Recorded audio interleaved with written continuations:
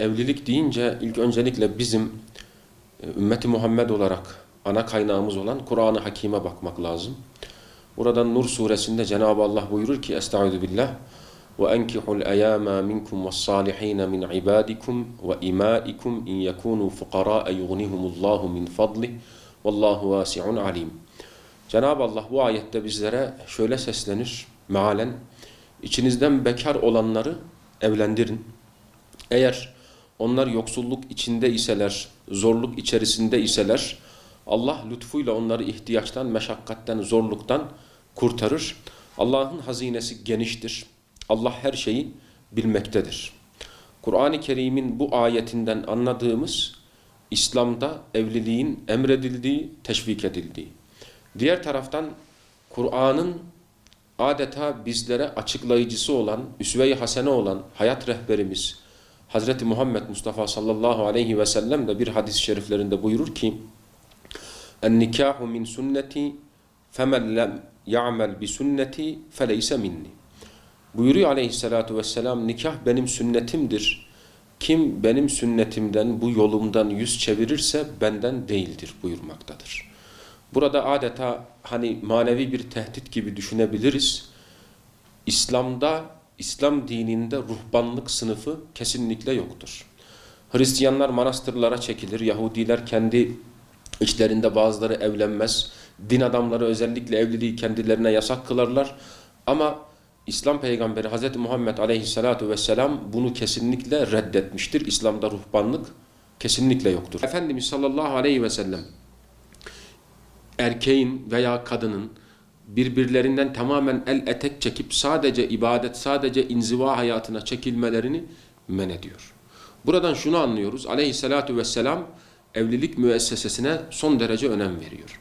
Ve toplumsal hayatta, sosyal hayatta fuhşiyatın engellenmesi için, zinanın önüne geçilmesi için Efendimiz şöyle buyurur: ey gençler topluluğu, içinizden imkanı olanlar evlensin.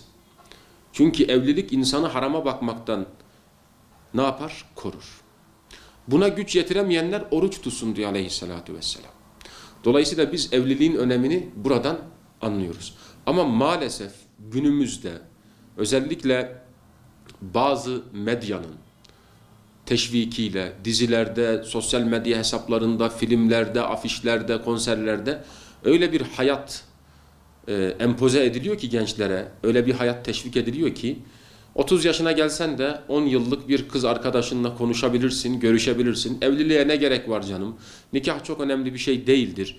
Dolayısıyla biz bu şekilde yaşıyoruz. Hatta bu teşvik ediliyor. Evlilik dışı çocuk edinmeler adeta bir medeniyet göstergesi gibi, bir gelişmişlik göstergesi gibi gösteriliyor. Bu son derece tehlikelidir. Toplumu ifsad eden en büyük hususlardan birisi fuhşiyatın ve zinanın artmasıdır. Dolayısıyla bizler Müslümanlar olarak evliliğe son derece önem vermemiz lazım. Evlilik basit bir mesele değildir. Allahu Teala nikahı Kur'an'da ağır bir sözleşme olarak nitelendirir. Bu yola çıktığımız zaman dünyalık için değil, sadece Cenab-ı Allah'ın rızasını kazanmak için bu yola adım attığımızın şuurunda, farkında olmamız gerekiyor. Zira etrafımızda birçok örnekler var. Üniversitede okuyan arkadaşlarımız var. 3. sınıf öğrencileri, 4. sınıf öğrencileri Allah rızası için niyetleniyorlar.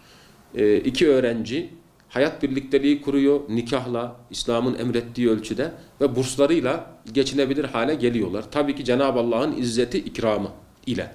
Burada niyet çok önemli. Ben harama bakmayacağım, ben günah içerisinde olmayacağım, benim evlenmem lazım.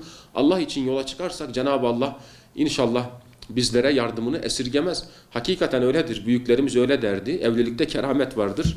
Bu kerametleri hepimiz hayatımızda yaşamışızdır. Diğer taraftan evliliğin önünde hakikaten hem maddi hem de manevi zorluklar var.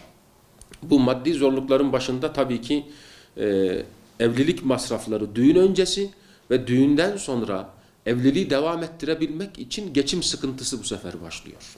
Kız babalarına ve erkek babalarına hakikaten çok iş düşüyor. Öncelikle kız babalarına. Evlilik öyle önemli bir müessese ki maddiyatı bunun önüne getirmememiz lazım. Bir çift ayakkabı eksik olsun. Bir bilezik eksik olsun. Ne önemi var? Şimdi gelin hanımın babası, annesi 200 milyarlık altın istedi. Çocuk ev açacak, ev kuracak. Maalesef bazıları helal olan bir işi yapmak için harama gitmek zorunda kalıyorlar ki kredi, faize bulaşıyorlar. O evlilikten ne hayır gelecek? Ondan sonra düğün bitiyor. Gelin hanımın babası damadına elini uzatıyor. Hadi oğlum diyor, öpelim, Allah mesut bahtiyar etsin diyor. Ya sen adamın kucağına canlı bombayı koydun. Adamın sırtında 200-300 milyar borç.